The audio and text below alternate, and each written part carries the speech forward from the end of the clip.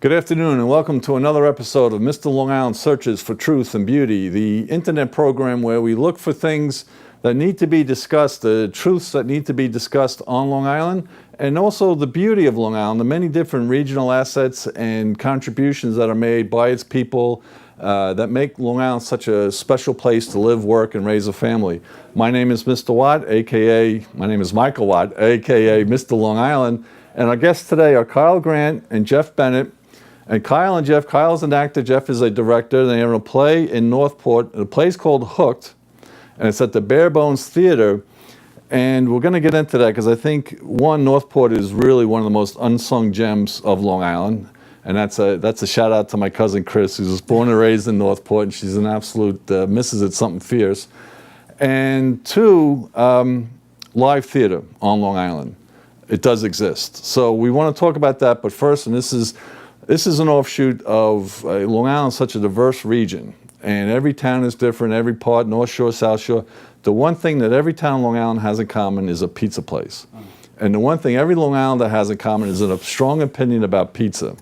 So what we're doing, and we've been doing this a while now, we're accumulating a great list of pizza places. I'm going to start with you, Kyle. What's your favorite pizza? Okay, my favorite pizza place is in North Babylon. Okay. Pizzaiola. Okay. On Deer Park Avenue. It is excellent pizza. Go there anytime. You could go there anytime. North of Southern State? Yes, north of the Sun State. Okay, in a shopping center, I think? By the King Cullen. Okay, I know yes, exactly you know where it is. Yes, Yeah, okay. right in the corner there. Yep. It's nice, great place. Excellent, good to know. Jeff, you kind of flinched a little bit there. I'm going to have to vote for Tony's in Northport. It's on 25A in the Radio Shack shopping center. Been there since I came there. And Okay. very, very crisp crust and just a good bite of pizza. These are places you would drive past other pizza places to get to. Definitely. Excellent. All right, I'm glad we have that out of the way because we really want to talk about live theater on Long Island. Let's talk first, though, about the play. The play's Hooked. Jeff, why don't you walk us through a little bit about the play? It was written by a Long Island woman. Her name is Danielle Birdie, and she grew up, I believe, in Huntington. Okay. And one of our actors came to me one day and said, you know, there's a play I'd like you to look at, written by a young woman who I've known since she was a little girl. Check it out. And I'm always being given plays to look at because we do sometimes produce things that, are unpublished just to test out, the success of the show on a new audience. And I read it and I said, whoa, this is pretty interesting, cutting edge stuff. And we took a chance on it. We're producing it, I think, for the first time. No, I know, for the first time in the metropolitan New York area. Really? Yes. Yeah. So, all right, so the play is called Hooked. Tell us a little bit about the play itself. Want to say a word or two about... Okay, so the play takes place in an apartment building most of the time. And it's about three 20-something girls who are roommates and their friendship, how it grows, the conflicts that you'd have to deal with on a regular basis with your roommates or friends. Or boyfriends. And there's also two male characters that kind of come in and out of their lives and how they can affect their lives in positive or negative ways. You should come check it out to see. Okay. And you're one of the male characters? I am one of the male characters, yes. Okay. I play the boyfriend to Natalie, one of the female characters. So we have little conflicts, normal relationship things, you know, and we'll see how it turns out. Do we stay together? Do we not? So many questions. A little drama. A little drama there, just a tad. And it's three 20-something women, former college roommates or the current roommates? Current roommates. Right, and she's looking at a specific theme that hasn't been too much talked about in recent years. And that is the fact that the sexual relationships among late teens even, and all the way up to 30, I would say, are taking on a new kind of character. It's not the old Archie Andrews, Judy Garland, and Mickey Rooney time anymore. There's a lot more experimentation with sex, a lot more sex before anything else happens. Okay. Almost like a handshake. He's a little jealous about this. I am indeed. I grew up in the 50s. Listen, we're talking about a play with three women in their 20s and the sexual habits and all that, and I got stuck with you two guys. I have to talk to my booking agent here. Something wrong with that. And one of the characters is played by a former guest on the program, Marina Montes, Miss Long Island 2011. So that's tell us a little bit about the production values and the people in the play, and where is the Bare Bones Theater? It's right on Main Street at what's the I'm forgetting the number. 27 Main Well, you Street. can I go should to the know internet that. and I should find know out, that, right? obviously. Yeah. Well, you just know you show up there as a theater, Right. boom, you're in. Exactly. It's the Posey School, which is, and there's a theater up there that we kind Okay. of make inside this beautiful 19th century dance studio, you know? And it takes a lot of work to get the theater apparatus up and running. Okay. But once it's there and the lights go down, the connection between the audience and the play is extraordinarily electric because they're right there. Well, They're on top let's of it. talk about that a little bit, because obviously now your entertainment options, you know, the big screen TVs and surround sound, it's almost like you're there, and yet nothing has yet to replace live theater. Why don't you talk a little bit of the difference between, let's say, going to a movie or going to a live play, because the expense is probably very similar. Walk us through the difference in Well, the I can experience. start. Maybe Kyle can take the ball from here. Since I was a kid, I found theater to be unlike any other medium, and it is the live connection. There's nothing more to say. When you see these flesh and blood human beings behaving in front of you, you know, you can almost reach out and be in the landscape with them. A great play with great actors just has that edge, that spark of liveness that sets it apart from anything else. Now, if it's a bad play, of course, you can go to sleep or look at your program. Right. But when it's good, I saw a production of One Flew Over the Cuckoo's Nest in the late 60s. It was off Broadway, and it changed my life. I was just so impacted by the skill of the actors and the moving story that they were telling that it hooked me on theater, you know, for the rest of my life. Well, really. you know, if you think about it, I mean, plays have been around since the ancient Greeks. And movies have been around for about 100 years. Right, You know, right. stories are told, lessons are learned, drama acted out. Kyle, walk us through a little bit the difference between being in a play in front of the audience right there, as Right. opposed to maybe some of your other acting experiences. How much more intense of an experience is it? It's extremely intense. If you compare it to a movie, it's like with a movie, you have to have a lot of energy, 100%, like 0 to 60 for 5 minutes. And after that, you calm right back down, you wait, you talk to people, you have some coffee, cut. You do the same exact thing. It's like a roller coaster ride. So with a play, I feel like the energy goes up from the beginning and it stays at such a high level the whole time. You sustain it the whole time. The audience themselves are just as important as any actor that's on stage. Without them, it doesn't mean anything. And the energy that they give, it's exhilarating. Right. You know, it really is. It's like flying or skydiving, anything like that. You So know. it's a much more intense interaction because Yes. you're there and you're part of it. And every audience member wants to see you succeed. Absolutely. You know, you don't go to a show and say, "I hope it stinks." You know, so they go in there wanting to give you that energy, and it feels so great to receive it. It really is a gift. It's an intimate theater. It's a small theater. Or 70 seats. Right? 70 seats. Wow. Okay. Right. Now let's get back a little bit. It's about women in their 20s, or actually men and women in their 20s, and their relationships. So, and how it's different from maybe a previous generation. You want to talk about that a little bit? Because I want to bring it back into what's going on Long Island, because I think it's an important spotlight into the different generations. But What the playwright says in her note about the theme of Hooked is that unlike other a quickie or a sexual relationship, in the 50s obviously existed. You know, there were Right. plenty of people who didn't wait till they were married to have sex. But the difference, she says, now is that people seem frightened to invest emotionally in relationships because if you do make your feelings known, and if you bare yourself naked emotionally, you become vulnerable and you stand to get hurt.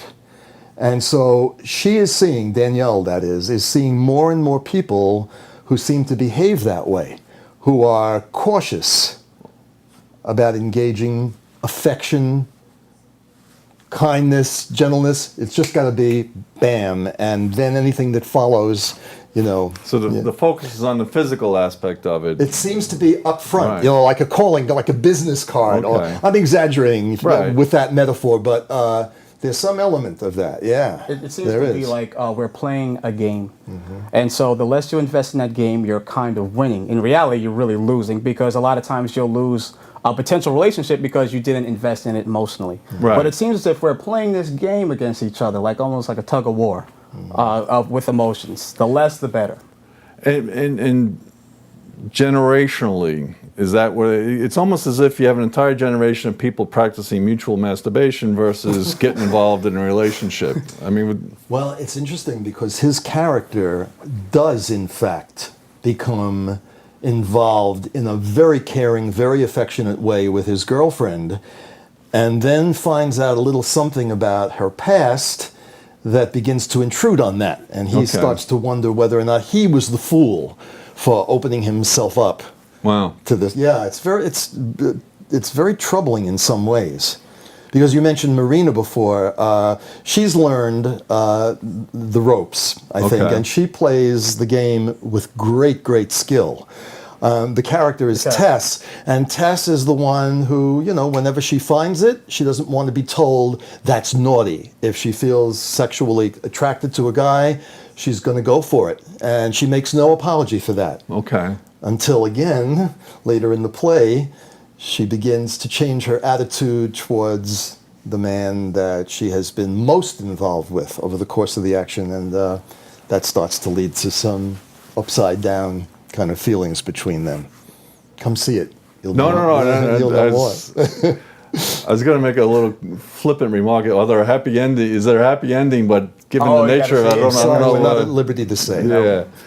But what intrigues me about this, also, it's almost like a microcosm of what's going on in Long Island now. Yeah. You're both native Long Islanders, and Danielle's a native Long Islander. You have a region that was developed on the model of the young family. You know, Levittown was a returning GIs, came out in the baby boomer generation. Now you have a region whose business model is family-oriented, and you have the next generation of young men and women who are not settling down to their 30s, and there was even a story in the Times today about not getting married into their 40s and just having children later. As a region, can we adapt? Can we make that change? And is it fair to say that this play kind of serves as a analogy? Yeah. You want to take that, or?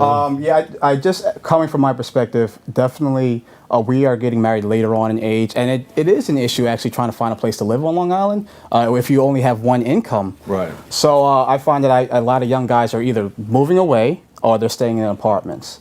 So it is more difficult, and it almost seems like you want to find that person now because I can't move into a home until I get there, you know? Right. So it's interesting. It's very different for us, I feel like. And it'll be interesting to see if the region becomes more like the single people or if the single people become more family-oriented.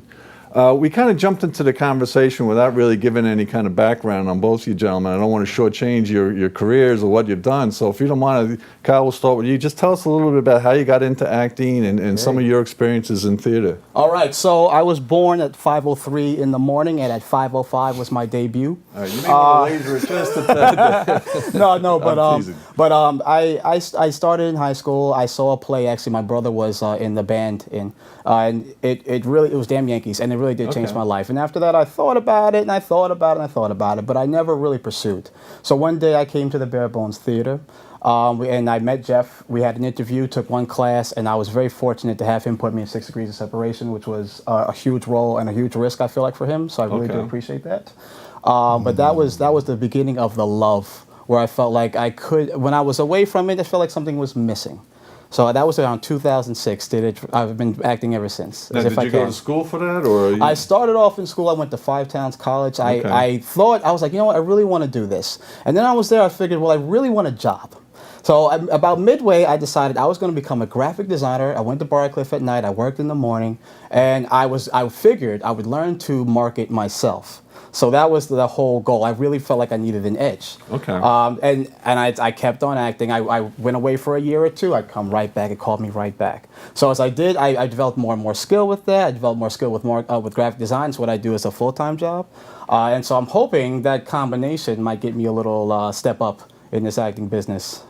Do you find your acting, your skills, like, they talk about Ronald Reagan, his acting ability made him such a great communicator. Right. Not that does acting turn you into Ronald Reagan, but does it help you with your communication skills and in your profession during...